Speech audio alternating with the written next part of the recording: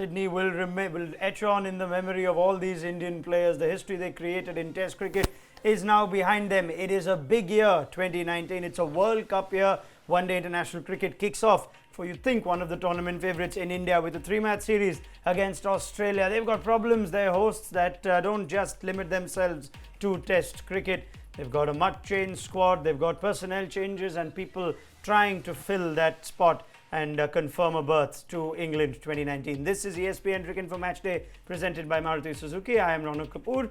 Good to have Ajit Agarkar back for one-day cricket. Thanks. I actually missed white ball cricket. I don't know, it's always happens when you have lots of Test cricket, you miss the other format. Maybe I won't miss it after 15-20 overs. Yeah, a couple of important months for I think most teams Yes. before everyone goes into the IPL before that World Cup. So yeah, it'll be nice. There'll be a bit more context to all these one-day games now. Yes, and albeit that India have more pieces sorted, like Rohit Sharma pointed out before this match, Hodge, there are a lot of people that aren't sure if they're going to make that final plane to England from the Australia squad. Chance for Australia to put the memories of the Test series behind them very quickly.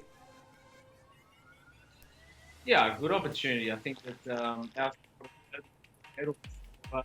a few opportunities for you young guys to step up and hopefully make that line to the World Cup. I'm just going to try and get Hodge's voice to reach us as clearly as we'd like. So just give us a few moments till we get that checked out. News from the SCG is that an important toss has been won by Aaron Finch, who of course leads Australia in this format these days. And they've decided to bat first. Good place to bat as far as the numbers go. Sydney tends to favour sides batting first. So at least the toss has gone Australia's way in the one-day series. Yeah, well, you've still got to bat well. Yeah. I think that's the other thing. Toss is nice. I mean, India did that in the Test series. They won the tosses, but they made sure that they played well. So, yeah, Australia's got a few young guys coming in. They've obviously rested the 3 seamers who are likely to go to that World Cup, who are part of the Test series. So, opportunities for some new guys to step in. But firstly, they'll have to bat well, and batting's been their big problem, at least in the Test series. As far as the elephant in the room goes for India, 2 players being sanctioned and disciplined, called back pending an investigation. How much does the absence of Hardik Pandya and KL Rahul affect this team? I'm not sure about KL Rahul. Yeah. I don't think he would have been in the starting 11. Anyway, I'd been surprised if he was. But Hardik Pandya clearly does spoil the balance because he plays as your third seamer and the all-rounder at number 7. And because of that, then you have to drop a wrist spinner because India's not quite sure. They need a guy to bat at number 7. If they play the 2 wrist spinners and the 3 seamers, just makes the batting that much thinner. So, does spoil the balance. I'm not a big fan of leaving either of the wrist spinners out because both of them in those middle overs set the game up for you so well. And look, Jadeja's had a good run in Test cricket at the moment, but if it's a flat pitch, sometimes he struggled with the ball. So, but India have no choice. They need that guy unless they would have opted for a Kedar Jadhav. That's the thing now. If you look at India's 11, you'll see again exactly 5 bowling options, and perhaps that's the call Virat Kohli's taken, that he'd rather go with guys 5. You would call Ravindra Jadeja a specialist bowler, even if he does have certain limitations in limited overs cricket. No place for Kedar Jadhav. So Dinesh Karthik, after being left out for the series against the West Indies, finds a place straight back into the playing 11. Ambati Rayudu looks like he's answered Virat Kohli's queries for number 4, if you believe the captain's words. And otherwise, Kuldeep Yadav preferred over Chahal and plays for all 3 seamers. Bhuvaneshwar Kumar, of course, hasn't had too much cricket of late. Kedar Jadhav is an intriguing one. Would you have played him ahead of Dinesh Karthik to give India a 6th bowling option? They might have done that. I think India would have probably done that if Hardik Pandya was there. Hardik Pandya then gives you that necessary batting depth as well. I think Dinesh Karthik, and if you play Kedar Jadhav and Ravindra Jadeja, maybe it sort of weakens your batting a little bit, and that's why they've possibly gone for Dinesh Karthik, who's at least on paper a better player than Kedar Jadhav is at number 5 or 6. For that extra bowling, if Hardik Pandya was there, they would have, I think, gone for Kedar Jadhav as a 6th bowling option. It does spoil the balance. I'm just trying to think. These are circumstances that Virat Kohli couldn't have anticipated. But if India, without Hardik Pandya, injury or otherwise, it seems like they do get a little annoyed with just how they have to find the exact right combination. Yeah, it is a worry. I mean, look, MS Dhoni's form hasn't been great. That again is a bit of a worry. As much as Virat Kohli would like to believe Ambati Rayudu is his number 4 for the World Cup and he's done well in India at the moment, there's still question marks because he's got to do it This is a big test as well. New Zealand and Australia coming up. It's a good opportunity for him to cement his place, get a bit more confident. But he's got to do in those conditions If he as well. gets a bat after the top three, hopefully. Yeah, well, I mean that's been India's advantage as well. Yeah. The top three have played so well that the middle orders had very little to do. It is a bit of a worry because then are you saying that Kedar Jadhav is not a good enough 5 or a 6? Yes. That's another. So Kedar Jadhav, I mean Hardik Pandya needs to be fit for India. I mean that does give India that balance. They play their 2 wrist spinners when he does play. But these are circumstances which you can't help. Would you have played the spinner regardless? They did leave out Chahal even in the series against the West Indies when Hardik Pandya was rested. Yeah, it's a tough one. I don't think so. I don't think this necessarily. It just makes the tail too long. And if, I mean, like I said, that India's so dependent on the top 3. Okay, Raidu's done well in the previous series, but it was at home against the West Indies. Yeah, but I mean, that you're saying it makes the tail long if we pick Chahal in place of Jadeja. Yeah. But if you pick Chahal in place of a seamer, let's say you play only Bhuvi and Khalil, there's no Bumrah also, so that has to be factored in. Yeah, there's no Bumrah. And if it was Bhuvi and Bumrah, maybe they would have played. And in these conditions, are you going to play 3 spinners? Not really. I mean, the pretty flat conditions with the kind of field restrictions you have. Like I said, everyone said. I mean, Mark was said at the pitch report that 330 you should get if you bat first. Tells you how good a pitch it is. I think 3 spinners would have been tough for Virat Kohli to manage. It's one of those things. You need someone who can bat at number 7. Unfortunately, if you pick Chahal and not Jadeja. I think that's a tough one for India. I'm trying to see whether you pick your best bowlers regardless, given that in flat conditions. Are 3 spinners your best bowlers? Not really. Not I think you need a third seam option in these conditions for sure with 2 new balls. All right, let's try and pick out if Brad Hodge is back with us. Hodgie, big toss for Aaron Finch to win. Australia batting first. Well, I think my internet's working out at the moment. It's dysfunctional and it's not working. You know what, Hodgie, we're going to try again. We've got you for the rest of the day and the series. At some point, we'll make sure we get your views. So just give us a little time. Apologies to our viewers. We'll just try and reconnect our link as clearly as possible with Brad Hodge. Let's just confirm the Australia playing 11 and carry the conversation forward with Ajit Agarkar. Much changed team, which sees Alex Carey, the left-hand keeper bat, open the innings with Aaron Finch. This 11 was of course announced on the eve of the game. Khwaja and Marsh can put that poor test series behind them. Peter Hanscom picked, you would think, to play some of the spin that India would throw at him. Marcus Stoinis, Glenn Maxwell returned to this format as the all-rounders, and the seam, quite a relatively inexperienced seam bowling attack with Jai Richardson and Jason Behrendorff. But Peter Siddle's been around. He played the last of his 17 ODIs in 2010. Nathan Lyon also picked in this game ahead of the wrist spin of Adam Zampa. Right, let's get a quick thought on that team. We don't have Hodgie right now, but if you look at that team, Peter Siddle after 8 years of bizarre ODI selection, cricket. really. I mean, it's possibly the case of trying to find out who your 4th or 5th seamers are going or likely to go to that World Cup. You would think Stark, Cummins and Hazelwood would all make that squad. Stoinis is another good selection in the side. I mean, he can offer you that balance. The team needs. The batting looks strong or lots of explosive hitters. Whether they can collectively do well is a question mark. Peter Siddle is a strange selection. I mean, it's not like he's got a great one-day record behind him. Yes. But clearly the coach likes him. I mean, he was part of the test squad as well. So they've seen something with experience, maybe something that could help them in English conditions. Can't really put my finger. I mean, it would have been nice to have Hodgie to tell us why. But hopefully we'll know a bit more. Even if whatever little we do know of the rest of Australia's bowling, Billy Stanlake's been around. He's part of the limited over setup. Jason Behrendorff, we saw a bit of the left-arm seamer. You'd think if they wanted to try and someone from now, it would be a younger seamer, someone who perhaps plays the T20 format.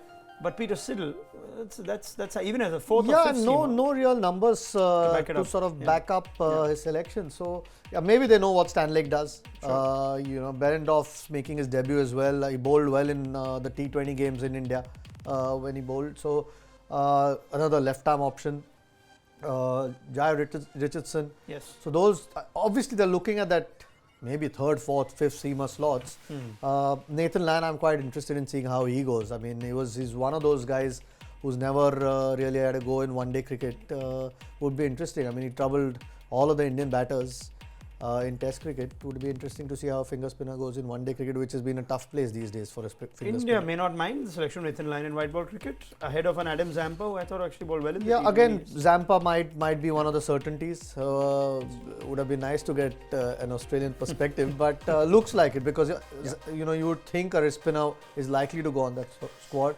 With the kind of form Lyon's been showing in Test cricket, it was worth giving him a go. I mean, the economy is not bad. Yeah. That record's pretty good for a finger spinner these days. And in and out of the team, 7 years of international cricket and only 15 ODIs for Nathan Lyon. Yeah. But good enough for bowler, we certainly know. But there is a worldwide question mark on the value of finger spinners, and India don't have too many left-handers either. So yeah, we'll find out a bit more. I think it is worth taking that option now because there are still a few 3 1-days here. They come to India, play 5 more. I'm sure they play a few more in the UAE, if I'm not wrong. Yes. So there is enough. So you may as well give him a go. And he's got the necessary experience now. You know, not just because he's played as Test cricket as much, but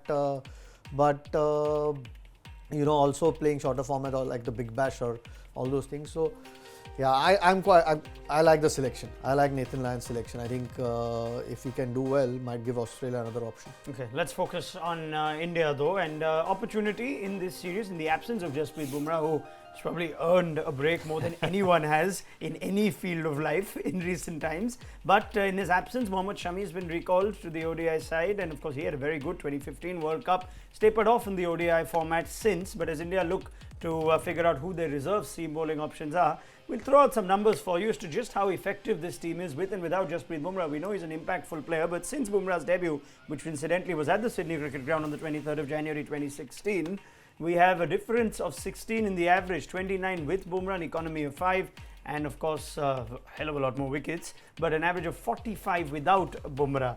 They've gone 14 matches without him. I'd be very interested to see what the results are. Maybe they still won because the batting has been as good. But Jasprit Bumrah with and without is a significant difference. Yeah, I mean, it's like missing a Virat Kohli or a Rohit Sharma. Sure. You know, it's that sort of, or even bigger, because those 10 overs that he bowls, whether it's with a new ball or in the middle of the innings or at the end of the innings, there are very few bad games that he does have. So that sort of miss is going to be difficult to fill, but I like Shami's got a good strike rate in one-day cricket. Yeah, I think people had a tend very to good forget. World Cup. Yeah, and he's a wicket-taking bowler. I think the way the rules are in one-day cricket, you need to keep picking wickets. I mean, even if you see Australia's lineup today, Glenn Maxwell was slotted at number 7, if I'm not wrong. So that sort of batting, you see England's batting, they bat deep. You need to keep picking wickets. I mean, India's a formidable one-day team. Yeah. I mean, I don't think there are too many guys who can replace Bumrah. There's nobody who can replace Bumrah. I like what you said, because if you don't have Kohli, there's still Rohit Sharma, there's still Chikhar. You don't have Bumrah, it's no top 3 fast bowlers. There's Bumrah, and Bhuvneshwar Kumar has not quite had the same impact in recent months. He's had injury. So it's not like we say Bhuvi and Bumrah together, but in the absence of Bumrah, Bhuvneshwar Kumar.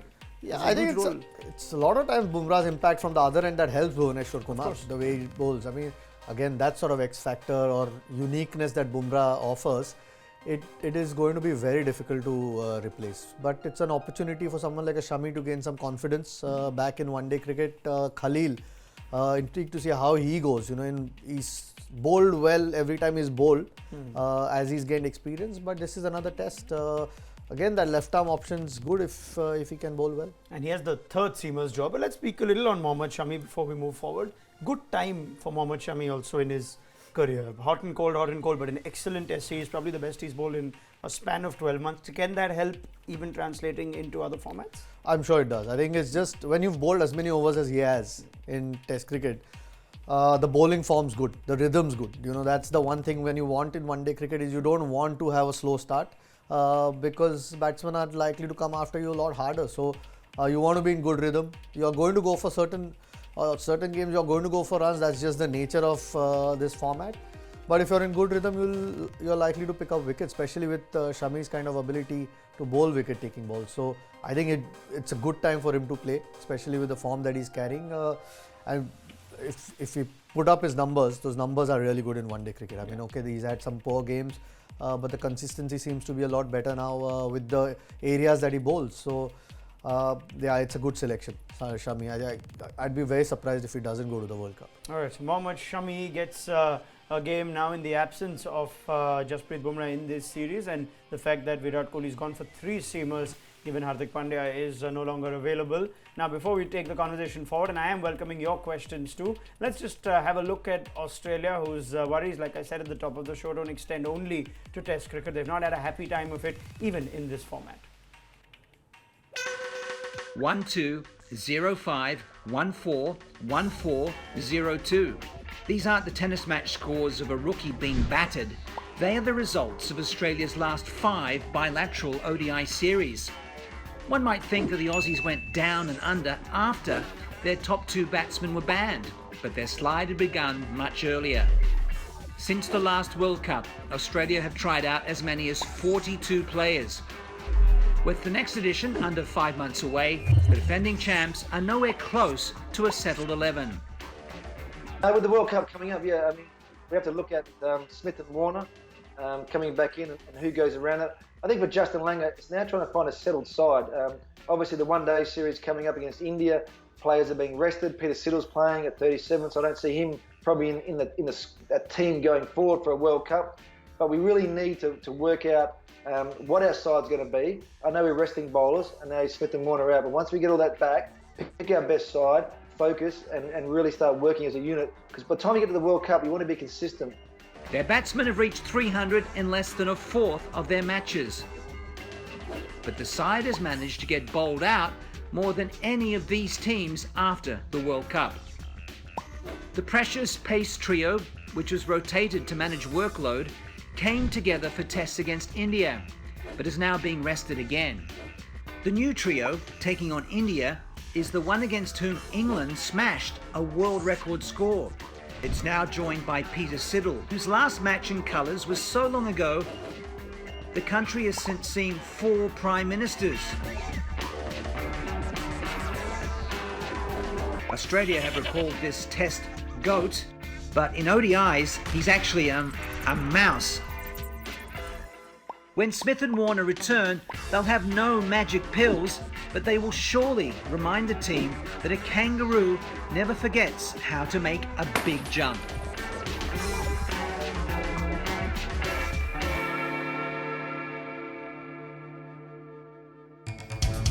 But this is a sorry tale if you are an Australian fan. We already told you how they've had a tough time of it since the Newlands scandal in South Africa. But since they've lost 2-1 in ODI series at home, that was most recently to South Africa. Mitchell Starc played that series. They lost home and away to England, where England whitewashed them whitewashed them in England and nearly whitewashed them after the Ashes in Australia.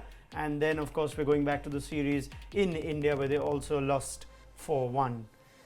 Not happy times for Australian cricket, and yes, like we said, they keep changing the personnel, especially when it comes to bowling. They've been with and without Smith and Warner, but even with or without, it doesn't seem that's like an it's incredible. It's quite unbelievable for an Australian team. Yeah. I mean, it's not just Test cricket which is a problem at the moment. The guys who are playing aren't doing well enough or aren't putting their hand up. You can't keep saying that there's a Smith and a Warner. I don't think they're going to be playing forever. I know those are 2 very important players. And like Damien Martin said, at some stage, okay, right now after the Test series, they've rested the seamers. But at some stage, they've got to get closer to that 15 or 16 who are likely to go to the World Cup. If not this series, I'm sure they'll do it in the coming games.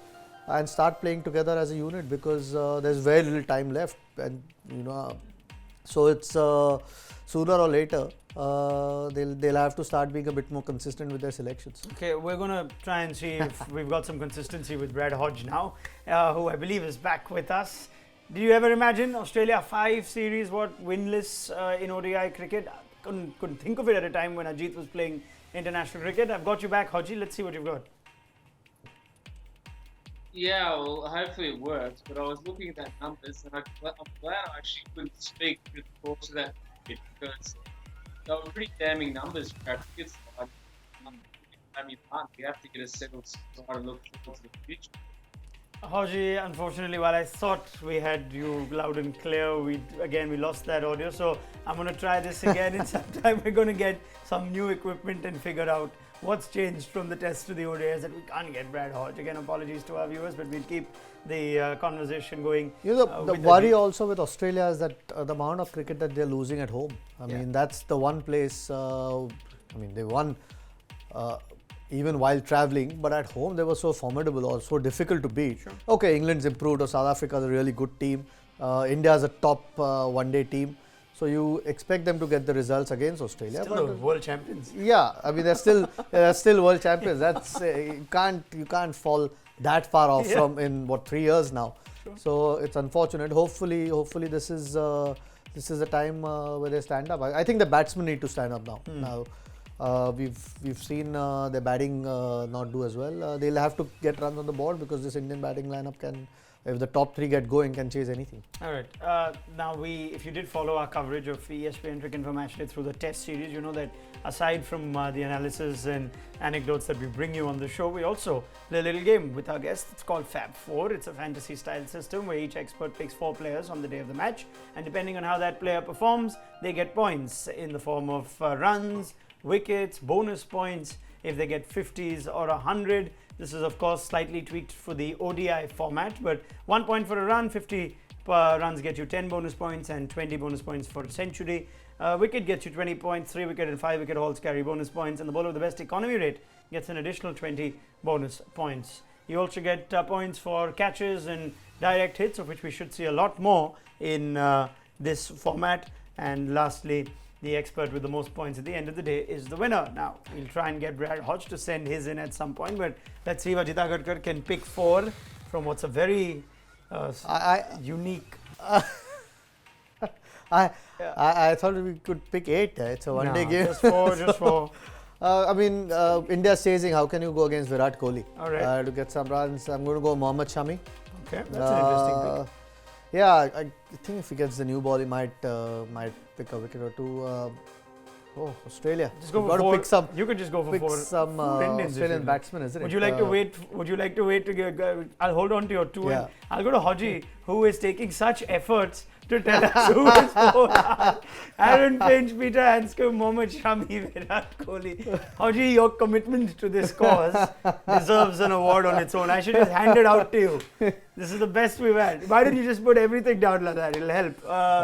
Ajit. I'm looking at some Australian batsman who's Finch. I'm going to go Khwaja. Khwaja and need a Aussie bowler, Behrendorff. All right. That's my 4. Khwaja and Behrendorff. Very well. Hodgie, I'm going to give you a little time to post the score that you think Australia would need to be safe on this, and anything else that you can fit in on that paper until we re-establish an audio link. This is real commitment by Brad Hodge. This kind of commitment we want to see from Australia. There we are. Oh, 290 well done, plus. 290 plus. You go with that, Ajit? 290 if you were Australia? You think 300 would be what Australia would need at least. I mean, okay, 300, even 290, 300 is not easy to chase, but India's got the ammunition to do that. Especially India's top 3. I mean, but you need 300. By all accounts, looks like a belter. Yeah. Quick outfield.